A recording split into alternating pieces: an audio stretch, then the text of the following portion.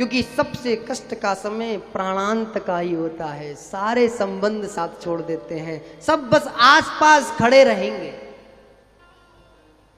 आपसे राजी खुशी पूछेंगे। जब कोई बड़ा बूढ़ा हमारे घर में बहुत ज्यादा कमजोर हो जाता है और हमको लगता है कि वह कष्ट बहुत ले रहा है, तो हम सब क्या करते हैं, केवल उनके पास आकर बैठ जाते हैं। हम उनसे बात भी करते हैं तो वो बोल नहीं पाते। ये संसार की सत्यता है कि अंतिम समय में व्यक्ति के पुण्य कर्म ही उसके साथ जाते हैं, बाकी सब यहीं रहता है। कितने ही बड़े कोठी, कितने ही बड़े बंगले, कितने ही बड़ी चीजें तुम बना लेना, और प्रत्येक व्यक्ति को बनानी भी चाहिए, क्योंकि भगवान श्री कृष्ण ने स्वयं द्वारिका का निर्माण किया है। इसीलिए ऐसा नहीं है कि हमको कुछ करना नहीं है, क्योंकि संसार में सब कुछ यहीं रह जाएगा ना, करना सब कुछ है, लेकिन भगवान को साथ लेकर के। अकेले करोगे तो किसी ना किसी भ्रष्टाचार में कोई ना कोई ईडी छापा मारेगी और निपटा देगी, ध्यान रखना। अकेले नहीं करना है, भगवान को साथ लेकर के करना है। अब जब भगवान साथ रहेंगे तो धर्म के साथ में कमाया हुआ धन हमेशा प्रसन्नता देता है, अधर्म के साथ कमाया हुआ धन हमेशा नींद छीन लेता है। इसीलिए धर्म के साथ धन को प्राप्त करना है। अब तो महाराज भगवान बैठे हैं, जाने के लिए तैयार हैं। इतनी ही देर में भगवान बिल्कुल रथ पर चढ़ने के लिए तैयार हैं, और रथ पर जैसे ही चढ़ रहे हैं, तुरंत ही एक अबला चीखती चिल्लाती भगवान श्री कृष्ण की तरफ आती है। पाहि पाहि महायोगिन देव देव जगत्पते।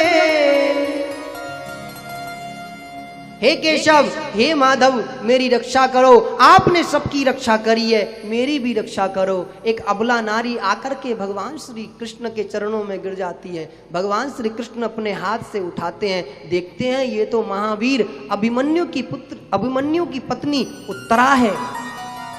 उत्तरा से कहते हैं, अरे उत्तरा, तुम्हें क्या हुआ, तुम क्यों इतनी कष्ट में हो? बोले, मेरे गर्भ में उस वीर अभिमन्यु की संतान है, और केशव, मेरे को लगता है कि ये संतान के साथ साथ ये मेरे गर्भ के अंदर जो अग्नि जल रही है, ये मुझे भी खत्म कर देगी। तो भगवान कहते हैं, बेटी तू चिंता मत कर। कहते हैं, अपने नेत्र बंद कर। और जैसे उत्तरा ने नेत्र बंद करे, भगवान श्री कृष्ण ने नेत्र बंद करे। भगवान ने पता लगाया, अरे ये तो अश्वत्थामा का कर्म है, अश्वत्थामा ने ब्रह्मास्त्र छोड़ दिया है। तो भगवान श्री कृष्ण बड़े गंभीर स्वर में बोलते हैं, बेटी उत्तरा, तू चिंता नहीं करना, बस अपने नेत्र बंद करे रखना।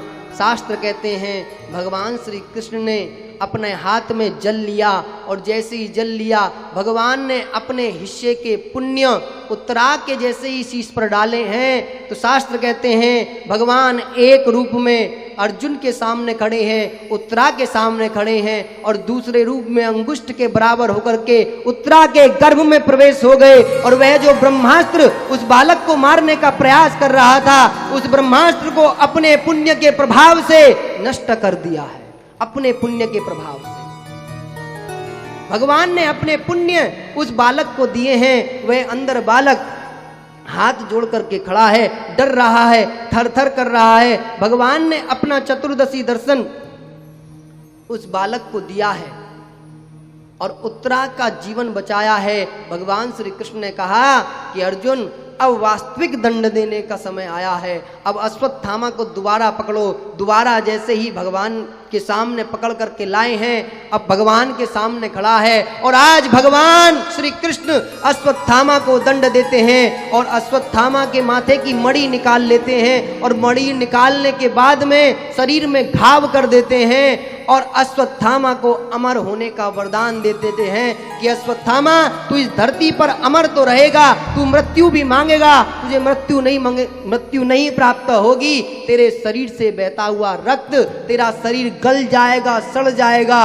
और जब तक कलयुग की समाप्ति नहीं होगी तब तक तुझे मृत्यु की प्राप्ति नहीं होगी। ये भगवान का दंड है उन बालकों की हत्या करने वाले के लिए। कभी कभी अमरता भी श्राप हो जाती है, और आज भी इस धरती पर अश्वत्थामा जीवित है, समाज में आना चाहता है, लेकिन भगवान ने श्राप दिया है जहां पर मनुष्य रहेंगे वहां पर तुम्हारा प्रवेश नहीं हो सका, वहां पर कभी प्रवेश नहीं होगा अश्वत्थामा का। और अश्वत्थामा आज भी इस धरती पर मौजूद है।